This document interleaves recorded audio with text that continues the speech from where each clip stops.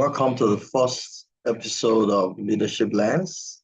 I'm Dr. Olumiwa Olusoya, and today I'll be talking about a topic that's very important, talking about the recent back and forth between Donald Trump and Elon Musk.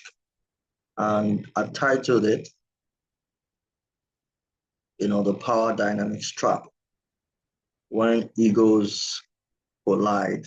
And that's what I've been talking about.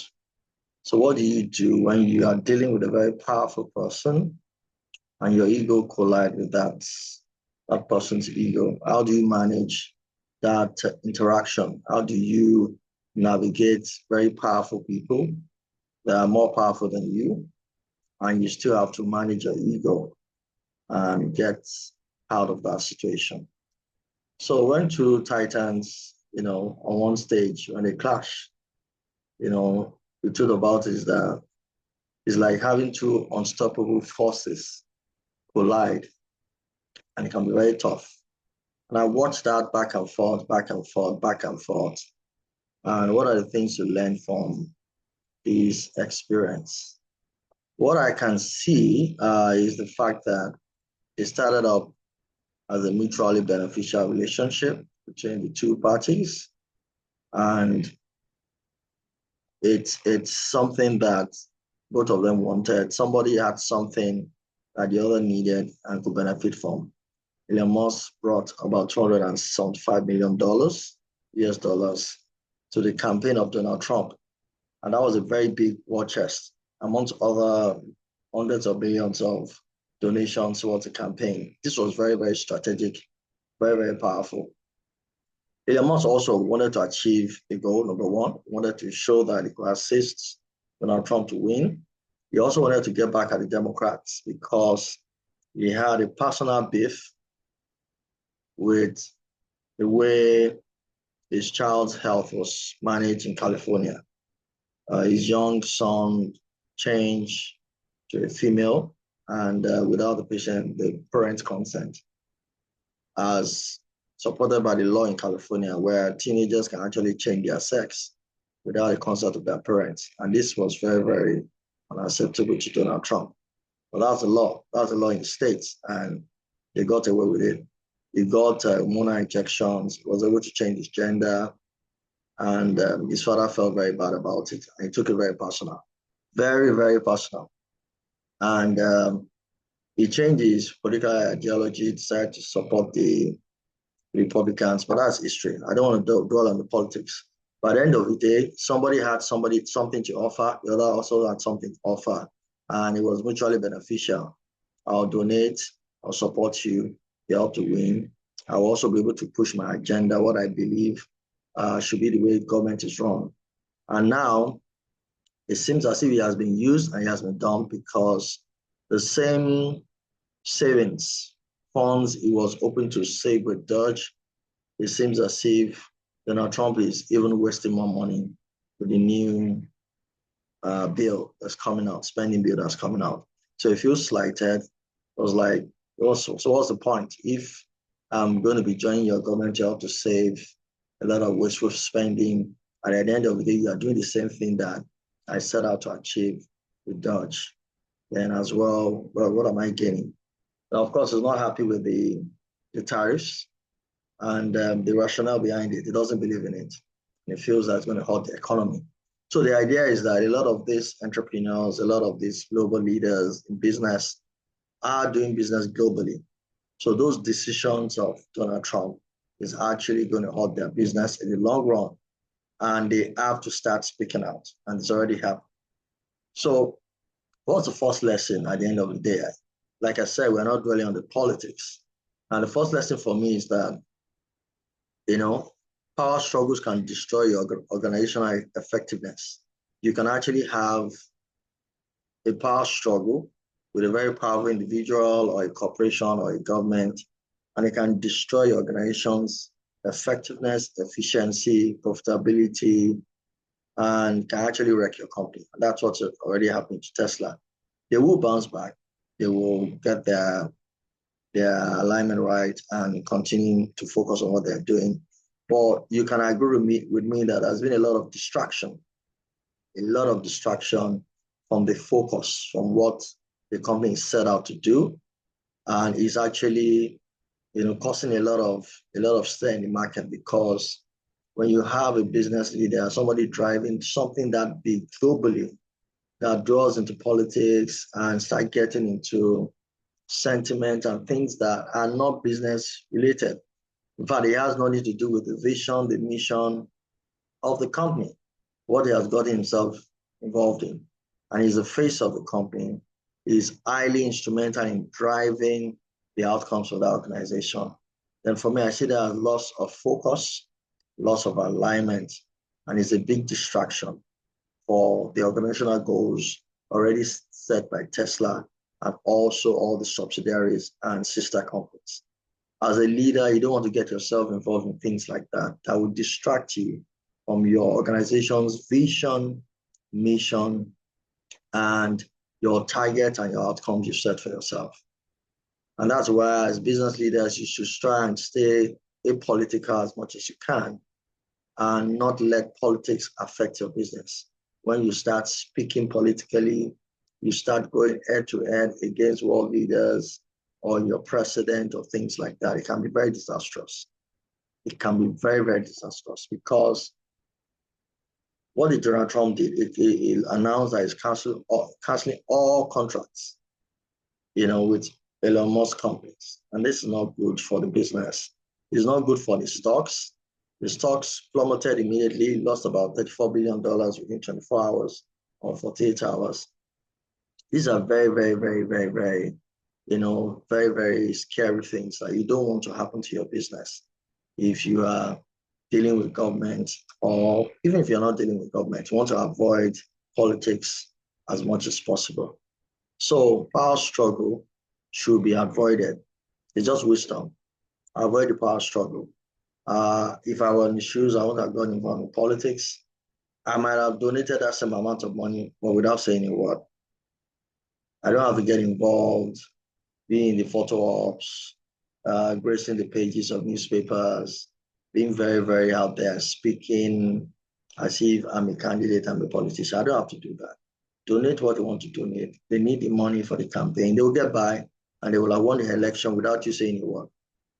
The fact that you have donated and you are supporting the election, you need to just say it once. You don't need to be at the campaign. You don't need to be everywhere.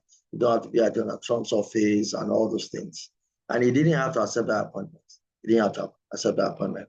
With the kind of power he has, he can be working behind the scenes and advise on how to cut costs without being in the head of Dodge. Because look, at the end of the day now, he has left. He had to resign and leave. He didn't have to be there holding that position to actually influence those policies. He didn't have to be there. The most powerful people are invisible. If you understand power, you understand that the people that are the most powerful are actually invisible. They don't have any titles, but they are the ones that control the decisions that people that have titles take. You have to understand that. That's politics for you, and that's power for you. So you need to be able to avoid unnecessary power struggle, because it can destroy the organization. When he took the Dodge job, Elon Musk took the Dodge job. He was not at work most of the time. He was distracted. He had to be in Washington until he finally left. And that's a distraction you want to avoid in your business, And when you have, the second lesson is that once you're working with somebody, you form an alliance with somebody, and you have two competing visions, there is no way to not create internal friction within your organization or for your business. There will be friction at the end of the day. He has his own vision to accomplish. Donald Trump, the US president, has his own vision. I believe that those two visions are competing. And it's showing already. It's competing. And the kind of power play a US president will love to play has nothing to do with the vision of Elon Musk. So when you have two competing visions, there is meant to be friction at the end of the day. And that's what has happened. The tariffs are not accepted by most business leaders, including Elon Musk. It's going to hurt the US economy. And I've said it several times. it's going to be very difficult for the US to reverse the arrangement they have with China. It's a self-inflicted wound, and it's not going to go away immediately. It's not going to go away because you wish it to go away. It's not going to go away because you want it to go away.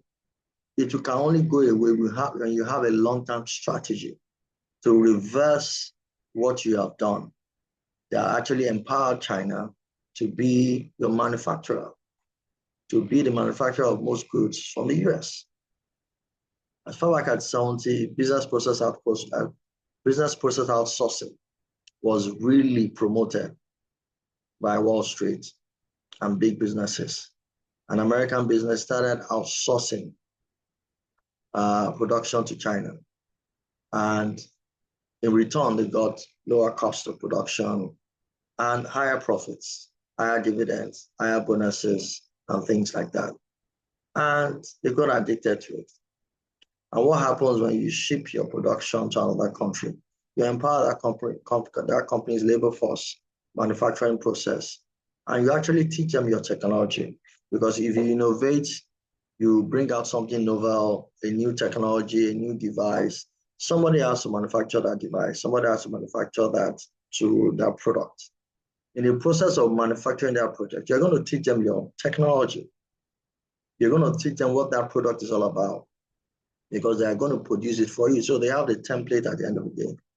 At the end of the day, they can produce a replica, something that's not something similar, and do it at a cheaper cost and actually compete with you at the end of the day. And that's what China has been doing. They are not arguing that they are more innovative than the US.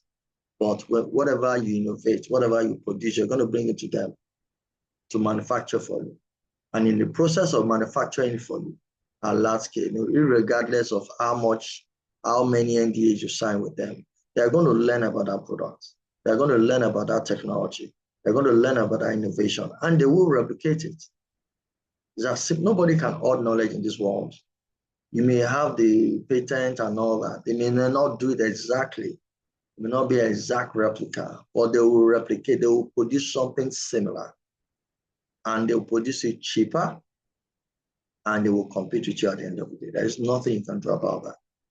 So the only way the US can reverse this is to have a long-term strategy. It may take about 20, 30, 40 years to actually reverse this, to bring back jobs to the US. And that policy has to be very broad. That policy has to be very deep. And it has to cover things like immigration. Who are the people that are going to be doing these low-cost jobs? Who are the people that are going to be doing these minimum wage jobs? Because minimum wage in America is expensive, it's not cheap. And Americans willing to do these jobs, are you going to have to bring in immigrants to actually do this, minimum wage jobs that will reduce the cost of production? Because if you bring back production to the US today, an iPhone that currently costs about $1,800, is going to go to as little, minimum about $3,500. How many Americans will be able to afford that? The reality is that it is a self-inflicted wound, and it's going to be very difficult to get out of it. Because are these companies ready to part ways with their profits, with their mega profits? Are they ready to do away with it? I doubt that. So that instability, you can't afford to have it happen. And inflation and the pressure is going to put on the dollar. So at the end of the day, it's a situation best managed because Americans wished for it without knowing without sitting down to calculate the cost of those decisions, where they chose profit over building a strategy over time that can make them globally competitive in production, in price. And if you're not going to compete in price, just like we have the competitive advantage principles, if you're not going to compete in price, you're going to compete in differentiation. And I believe that America is competing in differentiation, not in cost. So I believe America should stay in its lane. You cannot try and be like China. It's not going to happen. China is competing with cost. China's strategy is cost leadership. It's not differentiation.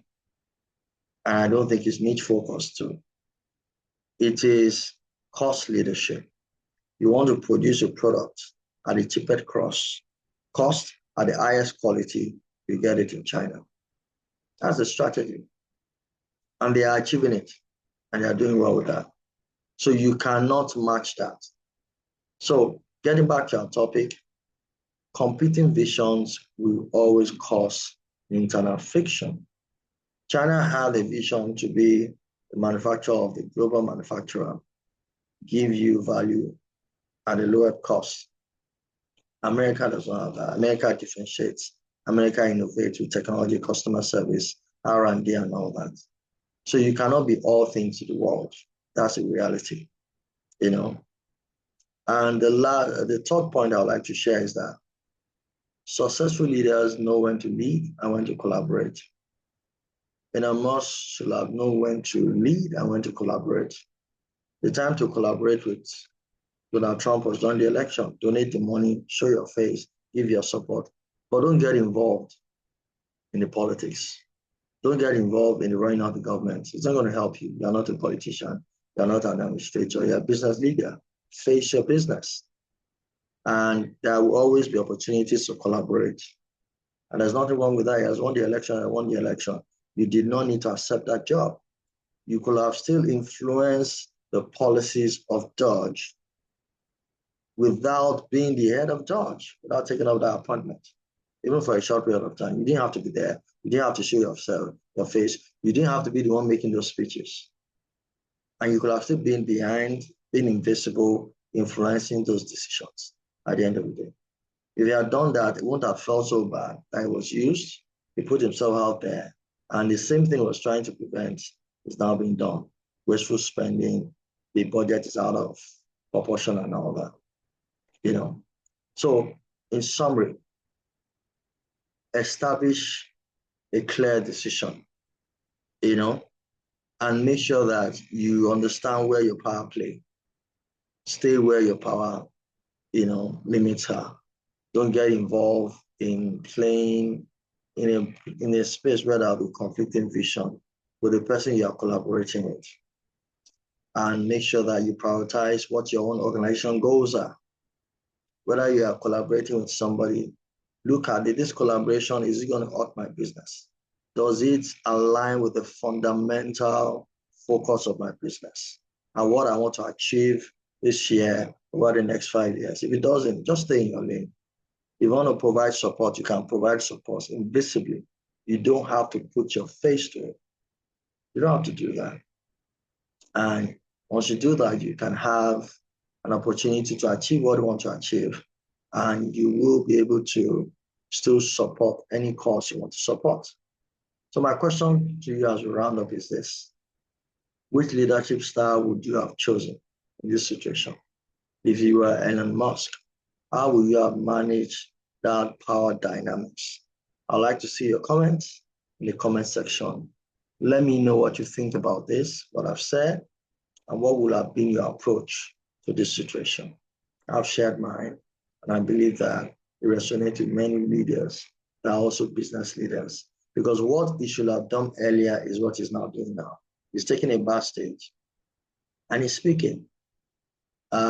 He could have been speaking based on his access to the president, influencing decisions in the back end without having his face there.